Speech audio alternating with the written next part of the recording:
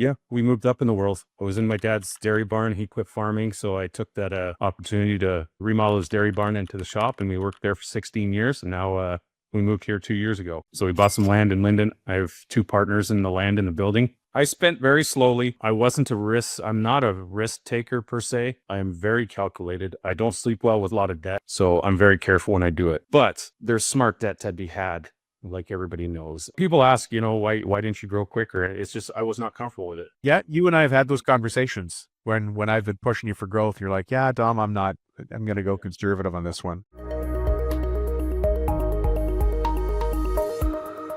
I'm Dominic Rubino. Welcome to the Cabinet Maker Profit System. Today, we're going to be talking about the ROI on big purchases, and we're going to be talking about it with somebody who you've heard on the show before. His past episodes are It All Started in a Dairy Barn. His claims to fame are many. He completely reinvented himself and his business and the legacy of his last name. Yes, folks, you've heard me talk about him many times on the show when I talk about people that have reinvented the legacy of their family last name, Kolin Veldman. Now, he's here because he hosted the CMA event. Him and Randy were the hosts. Actually, we were at Colin's location in Washington, and then we went up to Monica and Radu's location up in Canada for a cross-border event. It was really, really good. But one of the things that I heard Kolin do was present something at the CMA conference right after that. We talked about the ROI on large purchases with Randy Niewind. And so today we have him here to talk about that in case you missed it. So Colin's been all over the place. Many of you have heard this before, but I don't think you've heard it from this angle here. One of the coolest things that he talked about here today has to do with how he makes the ROI on those big purchases. And many of you have downloaded the Go Back report from us. This is how you would use it. This is how Kolin uses it. You'll hear him saying here when he buys a machine, the main thing he thinks about is, as I'm working now, can I afford this machine? If I continue working the way I am and I bought this $100,000 piece of equipment, can I still pay for it? If I can afford it now, that's one of my big takeaways, my big yeses for purchasing something like that. So I know you guys are always facing that big next equipment purchase decision. Is it going to make sense? Well, let's get inside Colin's head and figure that out here. And if at any point you want to get the Go Back calculator from me, let me know and I'll send it off. All right, let's get to the episode with Kolin. Mr. Kolin Veldman, how are you? Good. How you doing, Dom? I'm really good. Good. Really good. It's been a long time. What, a day since we've talked? Yeah, probably. It's actually been a long time since you've been a guest on the show, because one of your first episodes here was It All Started in a Dairy Barn. Yep. I was sitting in the job shack out back that we had rented for an office behind my dad's dairy barn, and we did it. Yeah, that's where I did the last one. Must have been, I don't know, 5 years ago, 4 years ago. Yeah, long time. My favorite memory of the dairy barn was the fact that you didn't have a bathroom. Yeah. Well, we did, and it was just behind the barn with plastic walls with our little portage on. So yeah, a little outhouse. Yeah. Yep. Porta potty, whatever they call it. I almost took that along with me here to the new shop, but I figured we'd splurge in the bathroom in it. Get a real bathroom. Yeah. Well, you've got a beautiful showroom now. You've got everything now. Yeah. We moved up in the world. I was in my dad's dairy barn. He quit farming, so I took that opportunity to remodel his dairy barn into the shop, and we worked there for 16 years. And now we moved here 2 years ago. So we bought some land in Linden. I have two partners in the land in the building. And they're in the other end of the building. So it was a step up. We were really excited when we did it, finally.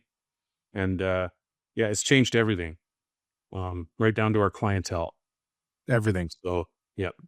I didn't realize we built the building in town here. We were out in the country where, all the homeowners that came in thought it was really cute and closey to have a cabinet shop in an old dairy barn, but architects wouldn't really talk to you there. It's not hiring a guy in a dairy barn to be their casework on big projects. So, and that's not why we moved. It's just we grew to a point where we had to. I started getting questions and so we came here, and I didn't realize how moving here alone was such a marketing tool. Really? All of a sudden, the architects see this nice shop go up, and the equipment move in, and they're like, oh, this guy's legit. Let's they're real. And also, our job sizes went up. We were doing average kitchens and houses for 15 to 30,000. And all of a sudden we get a knock on the door for, a commercial casework job in a hospital for 400,000. So yeah, it was a big change for us at that same time. It all kind of worked together. Yeah. I never saw that coming, but I understand why it came. And it's the systems approach that you take, and you're very methodical in your approach. And if I can give you a compliment, you were really good at building a team. Yeah, it had its ups and downs. For the longest time here, the average age of our crew was probably 20, 22 years old. Yeah. And which is nice. I thought, hey, hire young, you can train them, you can get them go where, you want them to. But it's also you start craving maturity and experience as well. So we have hired a couple other people we've that are older. Didn't work out all the time, but sometimes it does. But we have, with our engineering especially, we've taken a real intentional approach of getting young guys into the engineering roles, drafting roles to learn that stuff. It's a tough spot to fill. It is a tough spot to fill, and everybody thinks their situation is unique. I've mentioned this number of times to you that, we'll talk to business owners, and we probably have 500 conversations a year, Colin, on my side, right? Like with other shops. Right. And all of them say it's impossible to find an engineer. I can't develop an engineer. And yet in your shop, it's not that you spit them out, but you don't really seem to have a challenge. You evolve the engineers internally. Yeah, we start them. I mean, our engineering team right now, we have a 23-year-old, 25-year-old, and 19-year-old. And then we have a couple other kids that are starting to. So yeah, they're very young. I'm not going to lie. We have our frustrations. Our shop foreman is schooled in cabinet vision, very much so. So he sees everything coming through the engineering into the shop. But yeah, we bring them up through the shop and into engineering. One thing I do is I give them a week. I say, hey guys, this is a trial, you mean? Yeah, we're going to put you in here, and I want you to tell me after a week or two what you think. And I've had a couple situations where after a week they're like, "Get me out of here! I can't do this." So we take them back out and put them back in their seat where they were before. Right, no problem. We're not going to put in 2 years of training and time to somebody that doesn't want to be there. Yeah. So. And then, pay them properly. That's one thing we have is, it's one of our hardest places to fill, paying these guys, and they're young guys, and they're making some good money. Yeah. Well, you and I have worked on that, the 1 hour calculator, or the go back calculator, as we call it, or the funny name is how to get the world to pay for anything you need calculator. It's how you figure out how to pay for those new positions. But, I have to change the angle of this interview because we're going in a different direction. But you're just causing yourself problems because now I'm going to have to invite you back as a guest again. All right. Well, what episode are you on now? What episode number? Yeah. I don't know, 300 something, 200. Well, mine was 108. The last. Yeah, your first one was 108. Yeah. Every 200 maybe then. Every 200. You could probably always. This is fun. I love talking to you. I love doing this interviews. Yeah. So yeah. Well, we have rapport because we worked together a long time. But the reason I asked you here is because you hosted the CMA event. You're a CMA board member. Maybe why don't you tell the audience how we got to this place where you got invited to be on the show? So I became a board member of CMA, Cabinet Maker Association. I became a board member last spring. I've been on 1 year of a 3-year term.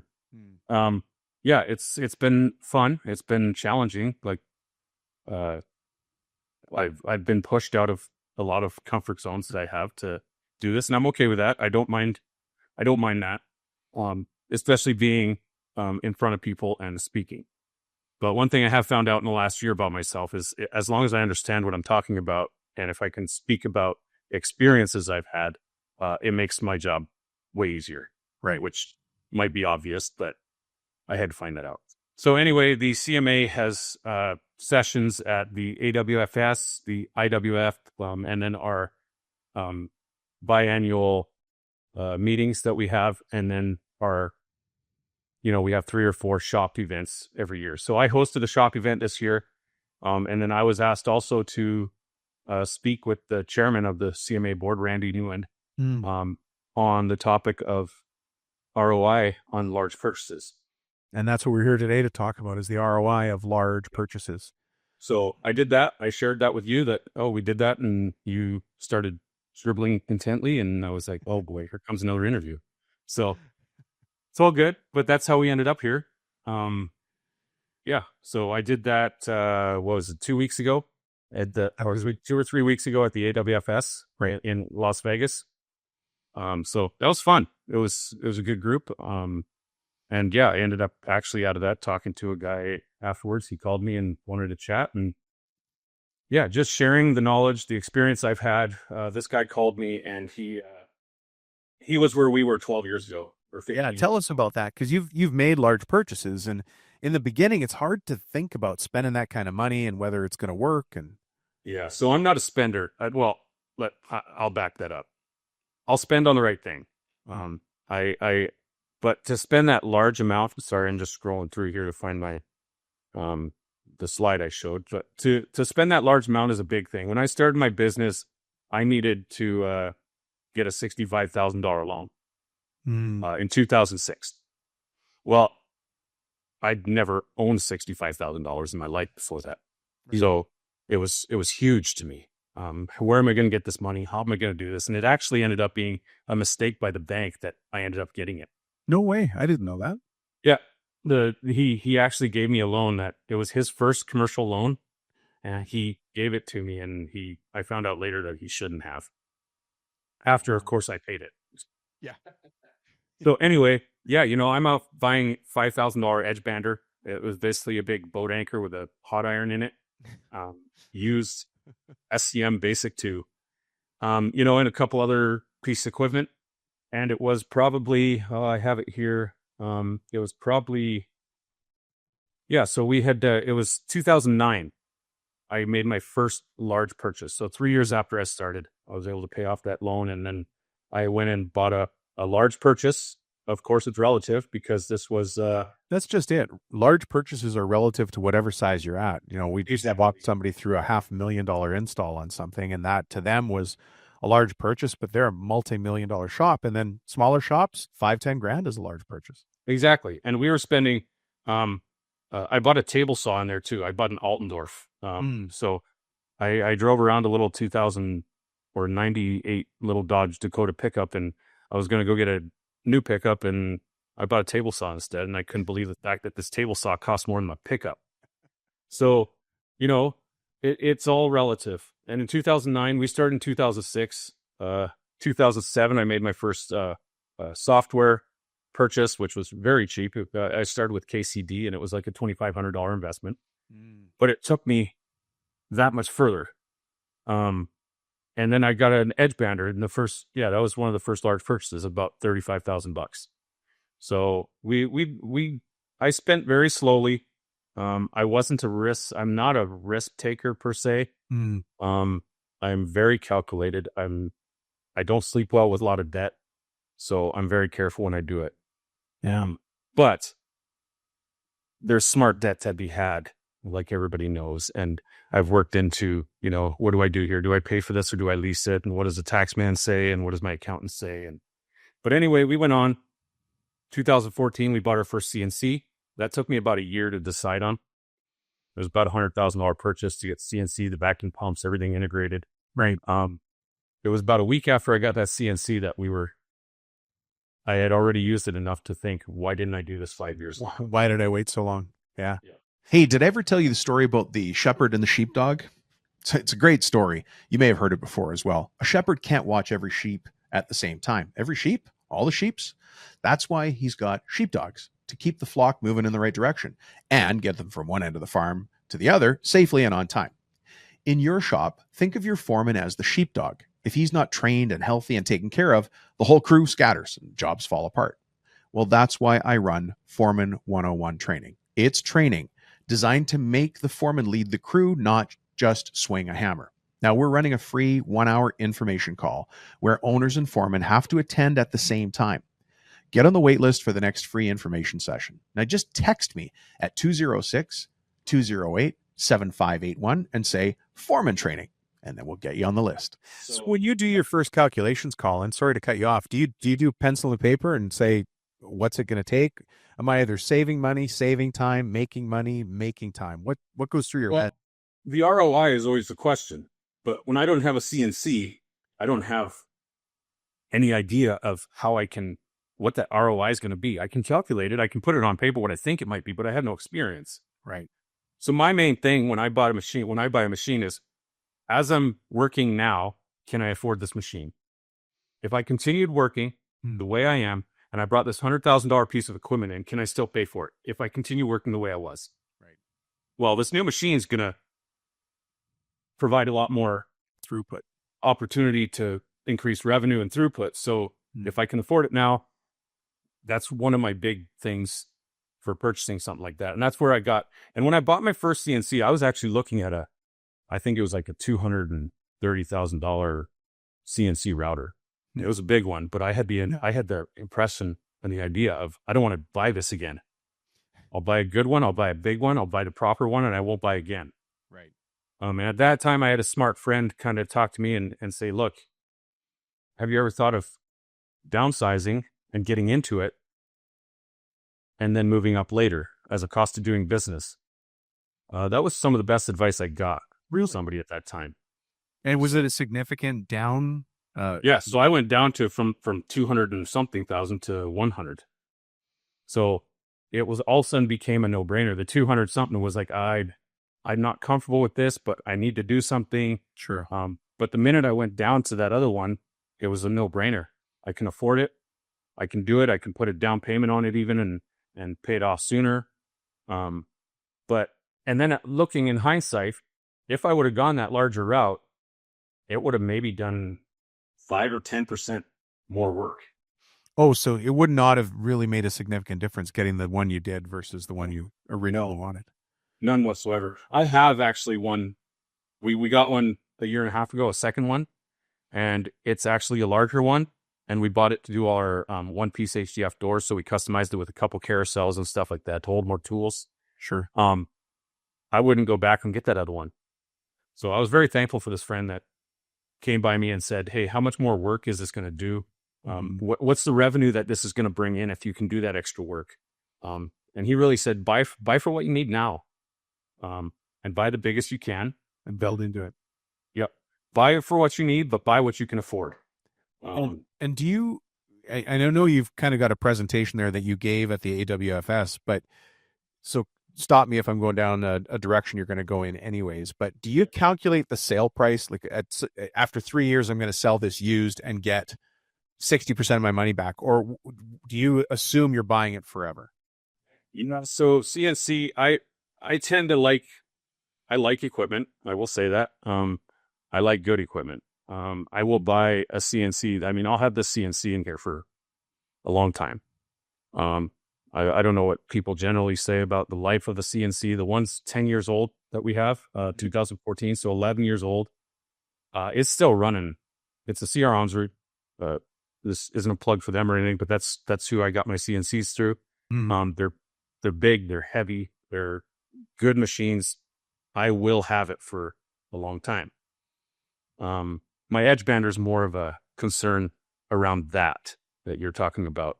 Right. Okay, my edge bander has a life on it. How long can I use it? When do I have to start thinking about the next machine? I would say my edge bander has that more than my CNC. Okay. So you don't calculate it at the beginning. You don't calculate it in the beginning where you say, I'm going to keep it this long until the values drop to X, and then we'll sell it and use that money to go up a level. You just no, I haven't looked at it that way. Yeah, interesting. Maybe I should. I don't know. I know lots of farmers do that when they're buying, their capital equipment, tractors and the various attachments. They'll say that, when the returns are what they are, but when the vehicle or machinery gets to a certain point, they just sell it, use that money to go back up again. Yeah, and there's I haven't really looked at that so much. I mean, I have a lot of fellow people in the CMA who have, they pay $40,000 for a CNC and it works just fine for them. Right. Great. Whatever you do. Right. Exactly. And you know what? That's the route they chose and the way they went. That's fine. Yeah. So what fits you is the big thing, and what you can afford, without overbuying. That was my mentality. Is I wanted to buy once and not buy again. And I really got my mindset changed into, what do you need today? And it's a business expense. So in 10 years, when you have to step up, you're going to be able to afford it then. Right. So compared to now, sometimes I don't even know how to explain this, but I might be able to get something cheaper today. Like right now, I just got a email because we want to step up our measuring process into a laser measuring system. Mm-hmm. So I could pay whatever they want for that. Let's say $20,000 for the system right now on sale, but it's actually worth 28 or 30. But I don't want to spend the money right now. So sometimes the money on saving today is less important than keeping that money and waiting. And that's where we're at now with it. It's, I like you said, make sure the business can afford it before you make the purchase. Exactly. And it might mean you have to pay a little more, but if you get through that, I'm trying to figure out what I'm trying to say. If you can get through that area of cash flow, keeping the cash flow where it should be, and then getting you to the end where you can afford it. I don't like spending when it's not clear to me that, hey, you have the money to go. Right. Have you made any purchasing mistakes? Have you bought something, you bought too much, you bought the wrong one, you didn't, you bought the edge bander but not the return, you realized you needed the return? I can't think of too many mistakes. I'm looking through my list here. Oversight, yes. Overlooking things, definitely. We just added this year, a big thing we added was big 4-head Heisman sander. Yeah. So it literally eliminated 60-70% of our hand sanding, and it was an amazing buy. It was spendy, but it was well worth it. It was another one of those things where we look back thinking, hey, we should have done this a while ago. Well, your case clamp is that, isn't it? Your dowel and case? Yep. That was the one. But that's one thing I overlooked. We got the Heisman sander, and before it came, we were like, our shop foreman comes up to me and says, hey, do you realize this thing takes 92 CFM of air? I was like, you got to be kidding me. Our air compressor is 65 CFM. So all of a sudden there's another $18,000 you got to spend on a upgrade new air compressor. So there's a lot of things around it that you got to keep in mind. And most of the time you think you got it all dialed in, and then all of a sudden there's a surprise. But yeah, it's, as far as a mistake, I can't remember. My mistake would be taking so long to buy. Oh, okay. But you should have made that. But you know what? A lot of people have asked, why didn't you grow quicker? Because we were in 2006. People are asking you why you didn't grow quicker? Yeah. Do they not know your story? You grew pretty darn fast. Well, I did. It was like this a long time, and then all of a sudden it did the whole curve. Right. Over the last 6 years. But I started in 2006, and we've worked up to 4.5 million, 5 million now. Yeah. But in 2021, I was at 1.9. At 2017, I cracked 1 million of revenue. So, and now we're sitting at 4.5, 5 million. And profitable. So yeah, and profitable. And yeah, but people ask, why didn't you grow quicker? And it's just, I was not comfortable with it. So, yeah, you and I have had those conversations when I've been pushing you for growth. You're like, yeah, Dom, I'm going to go conservative on this one. I'm not comfortable with crazy rash decisions. So again, people around me that, are that way, and, they've been through 2 or 3 businesses and they're very successful today, but it took them, they're making high risk decisions. Yeah, so, no, what I mean is growing, at a more measured rate than lurches is what I've seen you liking. You want to have that consistency, go home at night, think Yep. about the family, not worry about work. Yep. And so there's a balance there, which you hold very dear. And for that, you say, well, I'm going to grow at a measured pace, not some, you know. Well, and I think there was a transition there that you helped me with too. And that took a long time. To transition out of the mindset of, I think I'm going to sound like a broken record saying this, because people probably heard you say it many times before, is transitioning out of that mindset of being a cabinet maker with a business instead of being a business owner with a cabinet shop. That was a mindset I had to change in order to grow. Right. And make these purchases and make these decisions around those purchases properly. Yeah, I'm a businessman with a cabinet shop now. You know what? My blood is in the cabinets and in the sawdust on the floor, but that's not what I am now. So that mindset alone changed a lot. The idea that this isn't exactly what I had, your grandpa's workshop in a dairy barn. Right. It's not that anymore. It's a sophisticated, high-end, up-to-date, state-of-the-art facility with equipment and automation and computerized everything. I have to remind people to be kind to themselves, because when we came to the CMA event that you hosted, there were people that had never seen your shop before. And, you know, we're having Pretty new, so yeah, and your shop is new. But there's people on the side, they're like, how am I ever going to be like K&S? And I had to remind them, hang on, he didn't just appear out of nowhere. Right. It just wasn't dropped from heaven and this was the shop. Well, maybe you were dropped from heaven, but you know what I mean? It took a while, but everybody sees it and they're like, overnight success. We'll never be like Colin's shop. And I think people miss the fact that you had to evolve and grow, just like you're saying, to get there. And we saw the same thing when we went cross-border and we saw Radu and Monica's shop. You walk in there and you think, this has always been pristine and perfect every single day. And if you've ever met Radu, he's always working at getting a little bit better. That's not how he started. And that's one credit I do give. I mean, Monica was on the board when I started, I think, with on the CMA, and, you know, just becoming a member of an association of some sort, being able to talk to other shop owners in the same boat you are, Right. other shop owners that are ahead of you, especially, where you walk in and you have those thoughts. I've had it where I've walked into other people's shops and I'm like, how in the world did you get here? I walked into a guy's shop, I forget where it was, but at one of our events, and he had started the same year I had, and he had 3 automated CNC lines with robots feeding everything. Right. And, you know, fully automated shop that I'm sitting here going, you started when I did. How does this work? How do I become that? So it's all in the personality. It's all in what you're willing to do and what you're willing to invest in. And some people want to take money out and put it here. Other people want to put it back in the business. So it's all what you're comfortable with. I'm comfortable with slow growth. But yeah, I've seen those shops, and you know, I talked to this individual who was at our event, who called me up, who was 12 years behind, 12 years us. And, it was awesome to talk to him because I could see his questions, and it was just exactly the same problems we had when we were where he is.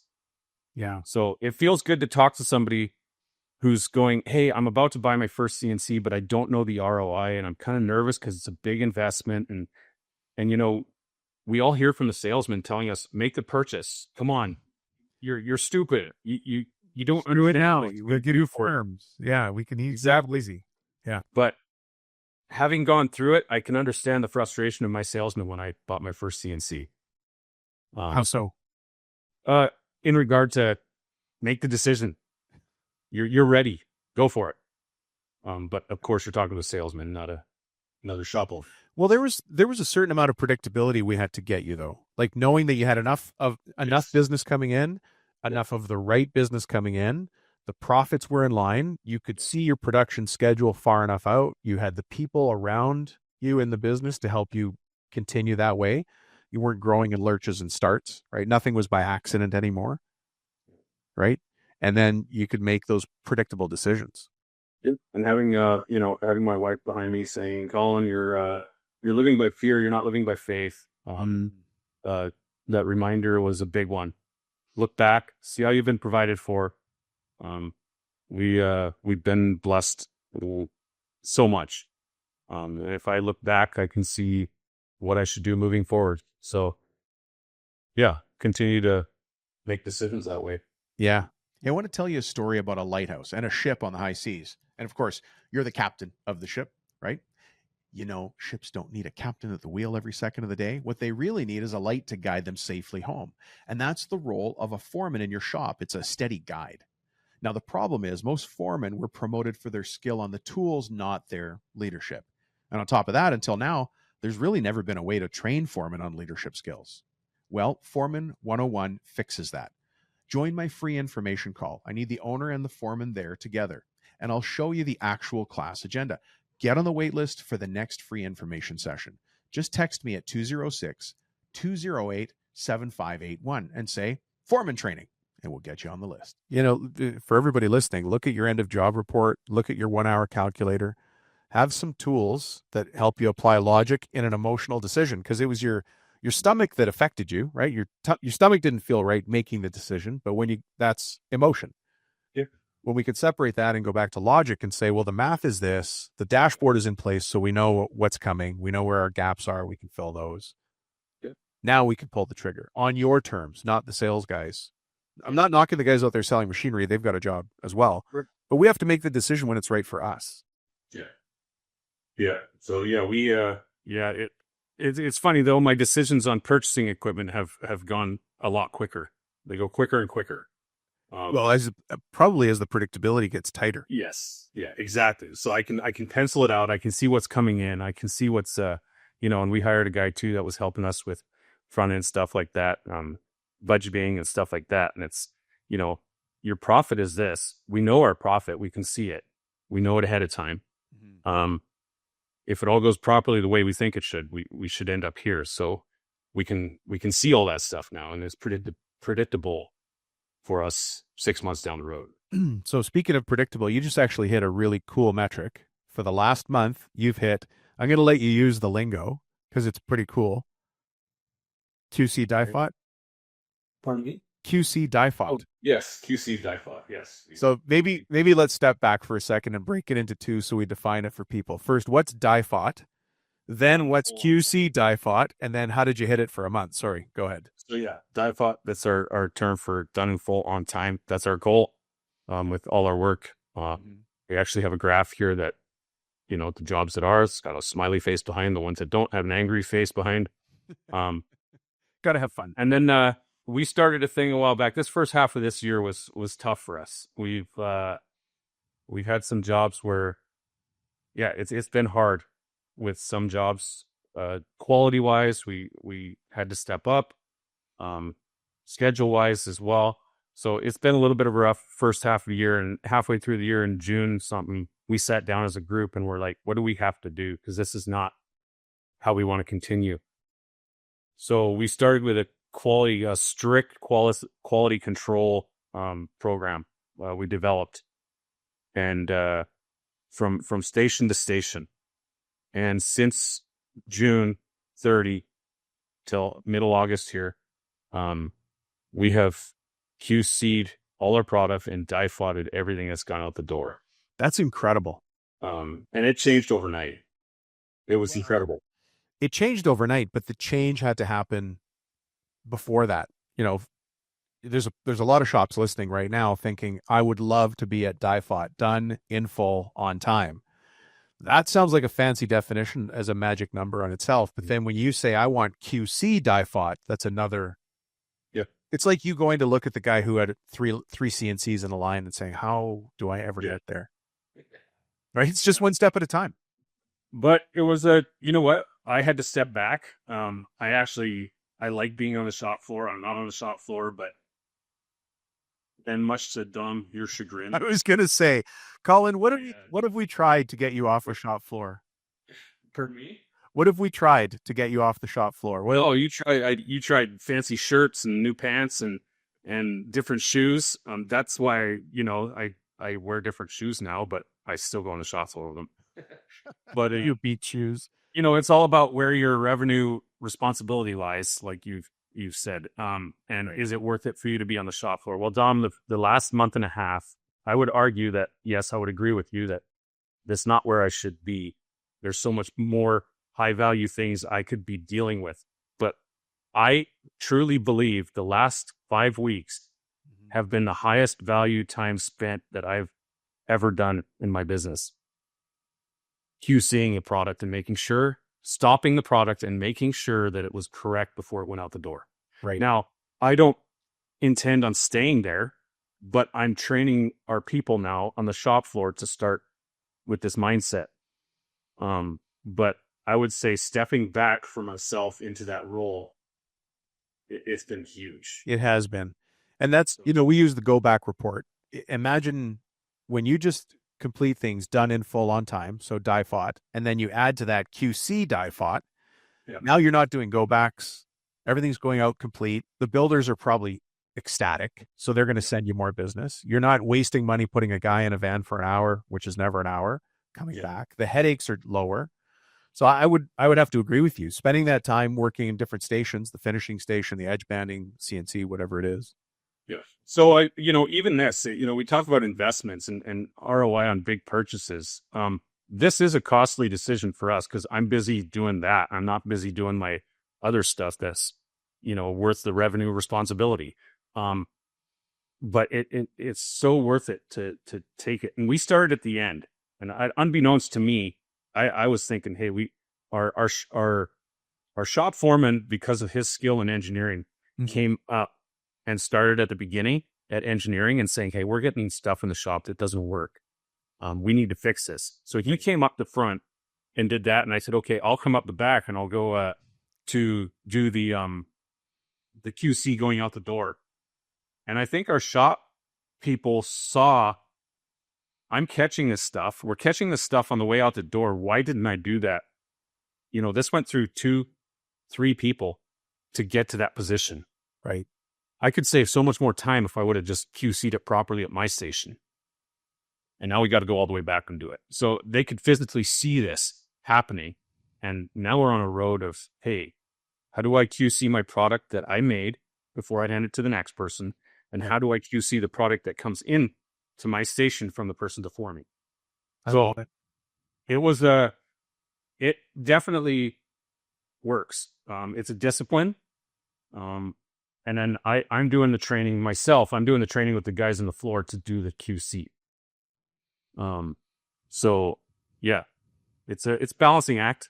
I have very good people around me. I'm very thankful for that. In the front office, we have 2 project managers that slay it, but even there, it's QC through the whole works. Do we have the information we need? Where's our perfect release, for information to the engineers? How does this work? So it's great. Another, to change avenues here a little bit, another big investment that we've started to do and we found out is PD, professional development. Really putting money and time into helping our guys, training our guys, sending our guys away, doing online courses, all this stuff has been awesome. Yeah. How many guys did you have in the last foreman training? 5? Yeah, I guess so. Yeah. 5 of your crew in the last foreman training. And then you do other trainings for your team. Yeah. So we run Cabinet Vision and we run Energy. Energy is an ERP software. And it's big. It's a big software. It's got so much to it. For every avenue of our business. So our estimators, our bookkeepers, our drafters, our shop people, our installers, they all need to be trained in this and they all need to understand it. And it's continually training or it's continually changing. So if they have add-ons and stuff that they come up with, we need to go through it. So setting that time aside, setting the money aside to send people away to these trainings in person or online is... You know what? That's a really good point because a large purchase isn't just a feather sander. It's taking 2 guys out of the field or out of the office, sending them off to training for 2 days or even an hour a day, That's an investment as well, but there's an ROI to that, and again, one of the things you're really good at is building a great team culture and selecting the right people to be on your team, and then also supporting and training them in what they do. But the ROI is there when they help you build QC DieFot. Totally. And we started, we have an outsourced or a third party guy that helps us with cabinet vision. So defining that spot where, hey, we shouldn't be wasting time on this. We're cabinet makers. We're not programmers. Get him to, do that for us. Hey, we got a cabinet that we need to be made intelligent. Hey, can you help us with this? Right. Yeah. We're going to pay a little bit of money to do it, but we're going to make a lot more money with that engineer doing what he's good at. So we have really drawn that line and started to make use of that as well. We found him through the CMA, and our guys spend, I think, 2 hours a week with him. We've signed up for an annual package with him, and he helps our guys 2 hours a week, I think, and then all of our guys twice a month or something. There's a joke we use in my industry, which is the coaching industry. Mm-hmm. And because we hear people say, well, it's expensive to train my people. And I'm like, well, okay, that's true. But what if people are concerned, owners like you, what if I train my guys and they leave? But the opposite is also true. What if you don't train them and they stay? It's more expensive not to train guys. Right? Yeah. It's more painful if you have untrained people just walking around all thumbs doing, half work, as opposed to, a well-trained team who cares about getting better all the time. Right. And training them in the right thing also is the big thing. Because I always thought, hey, let's train our cabinet vision guys to understand cabinet vision from top to bottom. Right. So if we need a UC estimate, a user created standard, or anything, they can do it. Well, that's a big thing there's guys that get this stuff, but there's others that just don't. And quite frankly, I don't have the time to. So why not say, hey, I want this cabinet to do that, and I want it to be intelligent. David Bushwalm is the guy we use. Can you help us? So yeah, it's like IT, our IT guy as well. Why are we working on computers to try and make them do that? Call our IT company, who we pay in a monthly rate to take care of that. You go do what you're good at. So my people are my tools. You've come back to your people, and the assets that you have on your team are the tools you need to get the job done. And that's where the ROI comes in, is actually getting your most out of everything. Imagine if your CNC, you just used it to, I don't know, cut, but not, you left the onion skin on because you really wanted to get that final touch. Exactly. You're not using it to its maximum at all. Right. Well, I did talk to somebody at one point who was using cabinet vision, and I was referring to our library, and he said, what do you mean? Like, how's this work? And I said, well, what do you got in your library? You need a library to work with. Mm. He says, oh no, my guy just pulls one cabinet and sections it. Every time. Yeah. Oh, interesting. I'm like, why doesn't he click on the save button to save that cabinet he just sectioned?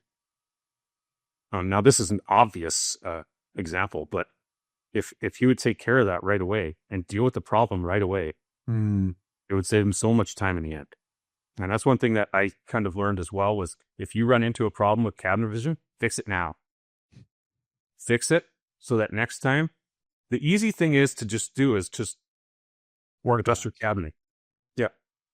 But if you would fix it, you're going to save yourself so much time throughout the next years. So it's, yeah, because you're going to build that same cabinet 100 times this year. Right.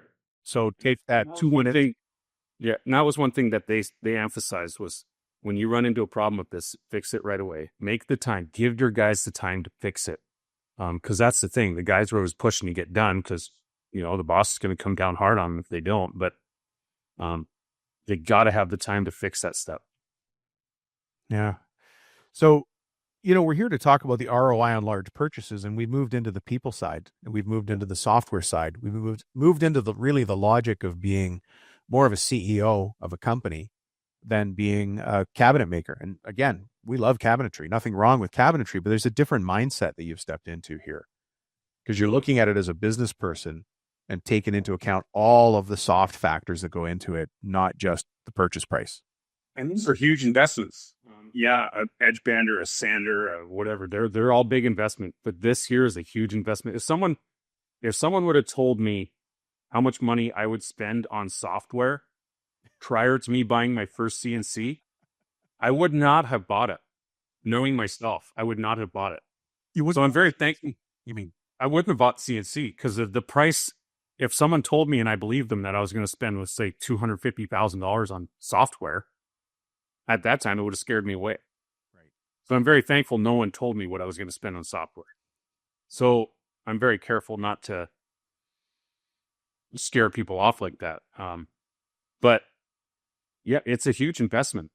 So training people properly in them and making the time for them to do that is huge. The key word that you use there, though, is investment, right? People think that entrepreneurs take risks.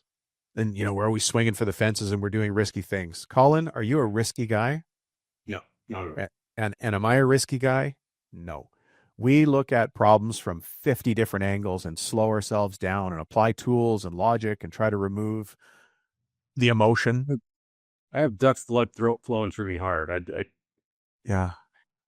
I wouldn't say I'm cheap, but I am very careful. But you want to be careful about these decisions because they are big decisions. Right. They are. What was the labor impact of having the dowel and case clamp combination put into your shop? Just think about that when you think about the ROI.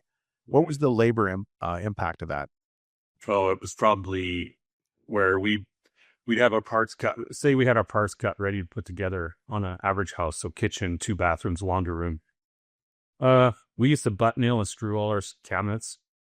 We didn't use any type of fancy joint or anything. That'd probably take us 3 days to get all that through. When we went to dowel system, I'll bet we had that through in 10 hours, 8 hours. You're done in a day and a half. Yeah. It was incredible. It was an incredible, awesome thing for us to witness, of efficiency. It was awesome.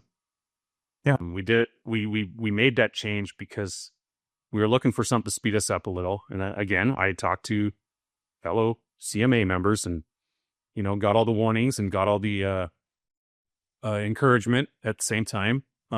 So we did it. And our first job we did was a hotel. And I think, on my own because I wanted to try it out. I remember this story. I did about 36 vanities on a Saturday. Yeah. Where I assembled them. I think you did it by yourself, didn't you? I did it by myself and my son. Yeah. My son was probably 6 at the time. So it's probably more. We're going to scrub that part so that labor relations doesn't. Yeah. But yeah, it was a huge, huge improvement to our shop. And to see this, and the guys came in and said, you worked all weekend. You worked Sunday, right. Saturday night, Sunday. I said, I don't work Sunday. And yeah, I was busy for an afternoon, a little over an afternoon on a Saturday. And put that all through. Yeah. Yeah. And listen, this is not an ad for the case clamp system, dowel system. It's not. What we're talking about is the ROI on large purchases. The ROI on any decision has to be carefully considered. But then when it's time to pull the trigger and get into it. And then expect that you're going to go through some ups and downs, but there's light on the other side.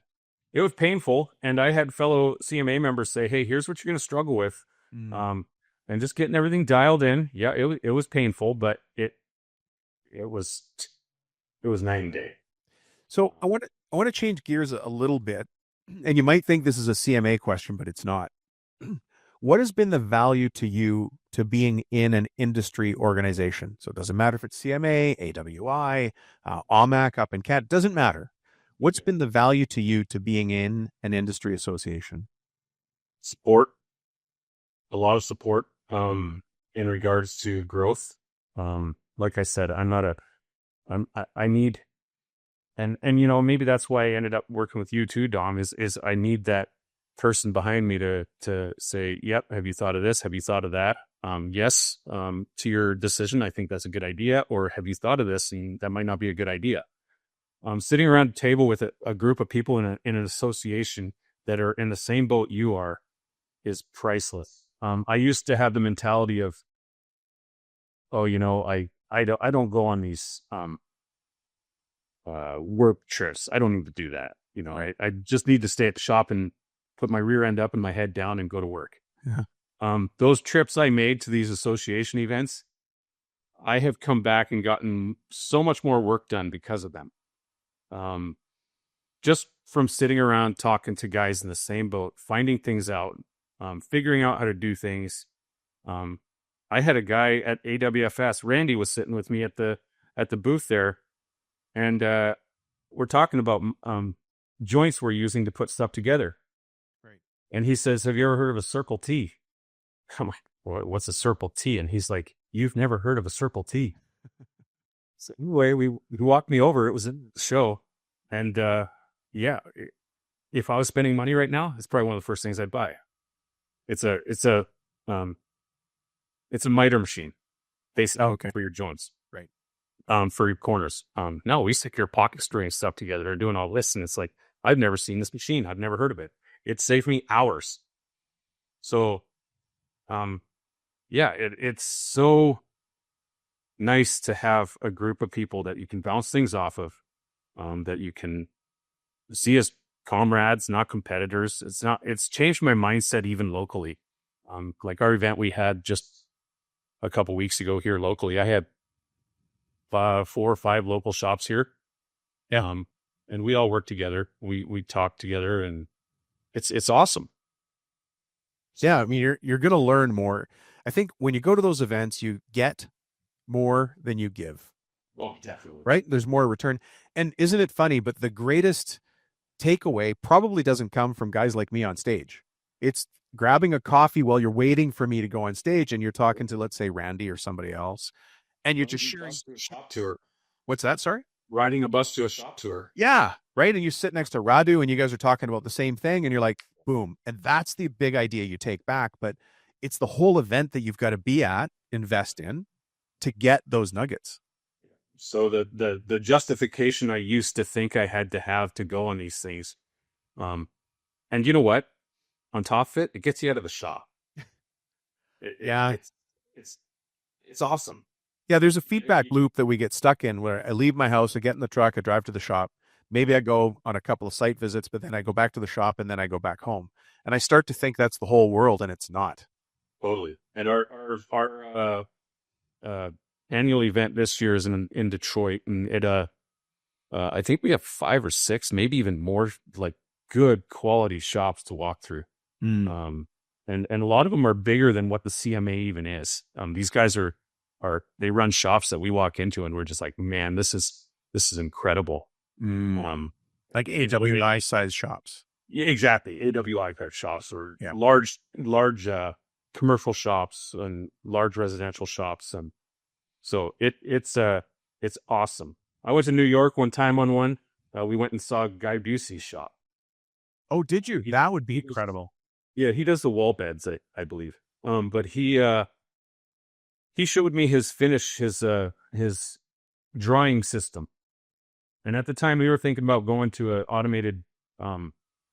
automated finish line, because we thought, hey, finishing's our bottleneck. Everything's piling up there. Well, if you'd step back and actually do an assessment on what your bottleneck actually is in the finishing department, everybody would say, well, it's your dry time. I could throw another person in there with another gun if it was a sprain. So I looked at his system and he said, yeah, we're drying our stuff in 4 hours. I said, impossible. So when I got back, I looked into it, and we purchased something a week and a half later that cut our dry time from 24 hours stack and wrap down to 4 or 5 hours. But it was a wholesale change in your system, not just the one thing. Right. It was one shop tour I did, and the amount of time it saved me here was incredible. So yeah, being part of the association, being part of a group like that is priceless. It takes some I would say you got to try it before you understand that. So it's always hard it's kind of like the router salesman saying, come on, man, I know what this can do for your shop. Right. But the person doesn't understand that yet. Yeah. So, yeah. Well, this has taken us a long way towards it. It's a very holistic approach, but what I appreciate about the way you've brought this today is that you're firmly in the businessman who happens to own a cabinet shop, as opposed to the viewpoint of a cabinet shop guy trying to build another set of cabinets. Yeah, And it's nothing wrong with that. We all start. It's where all of us start there. totally. Especially the CMA. There's a lot of guys in CMA I find that are, you know what, they're exactly that. They're cabinet guys who are like, hey, I can do this, and they end up with a business. Yeah. It was for me changing that mindset, and I fought it. I fought it for quite a while because I didn't want to be that businessman. I wanted to be a woodworker. That's what I do. So, changing that mindset is, and I think a lot of CMA members can relate to that.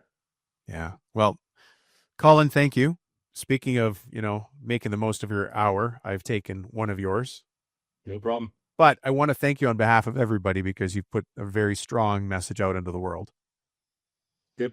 I'm glad to do it. I hope everybody can get a little nugget out of this, even if it's, just a nugget. That's all you need. Yeah. Well, in 200 more episodes, we'll have you back as a guest again. That's the pattern. Where I'll be then. That's the pattern that we've got going. Well, love it. Listen, before we go, let's do a plug because I'm sure Amanda will be listening. Hi, Amanda. And hi, Randy, making sure that we do this plug. If somebody wants to learn more about the CMA, how do we go about that?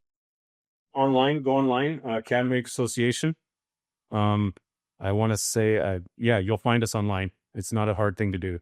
If you're curious about it, feel free to contact myself or Randy or Amanda. My email, Kolin at ks-woodworks.com.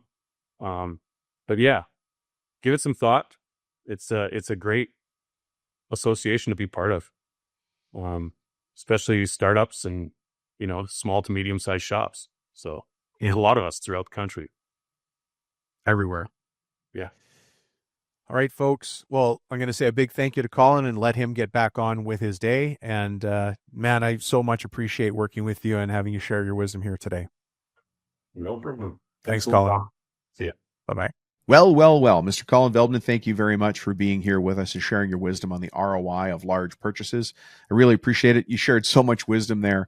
I thought it was interesting. You said when you bought your first CNC, it was about a week later that you thought, why did I wait so long to do this? But of course, everybody goes through their own different thought process. Folks, if you have your own thought process that's really based on numbers like Colin is and knowing the data and having faith in the data, make sure you get the Go Back calculator from me. You can always get that. Just text me at 206-208-7581. But, go back and listen to this episode again and again and hear what Colin has to say. One of the cool things that he said, and I'm going to quote him here because I wrote this down. Here's what he said. I think I'm going to sound like a broken record saying this, but my mindset that I had to change was changing from being a cabinet maker with a business into being a business owner with a cabinet shop. How many times have we talked about that here on the show? And Colin gets it. He gets it, so he gets the rewards, right? He went on to say, I'm a businessman with a cabinet shop now. My blood is in the cabinets and in the sawdust on the floor, but that's not who I am anymore. Wow. Big stuff. Folks, who doesn't love the smell of cut wood? Who doesn't get the enjoyment and satisfaction of seeing those cabinets done or installed in a beautiful install location, whether it's residential, commercial, or institutional? But come on, we're running a business here, and that's what Colin helped us to understand the ROI on. If you want the Go Back calculator, you can always shoot me a text message. My cell phone number is 206-208-7581, and just say, Go Back calculator. And then you know what I'll do? We'll send it off to you. Thanks for checking in, folks. Listen, this episode and all these episodes are just a flimsy excuse until you and I are standing in the rain, holding a hot cup of coffee, waiting for concert tickets. But until then, this is going to have to do. So we'll talk to you soon. Thanks, folks. Bye-bye.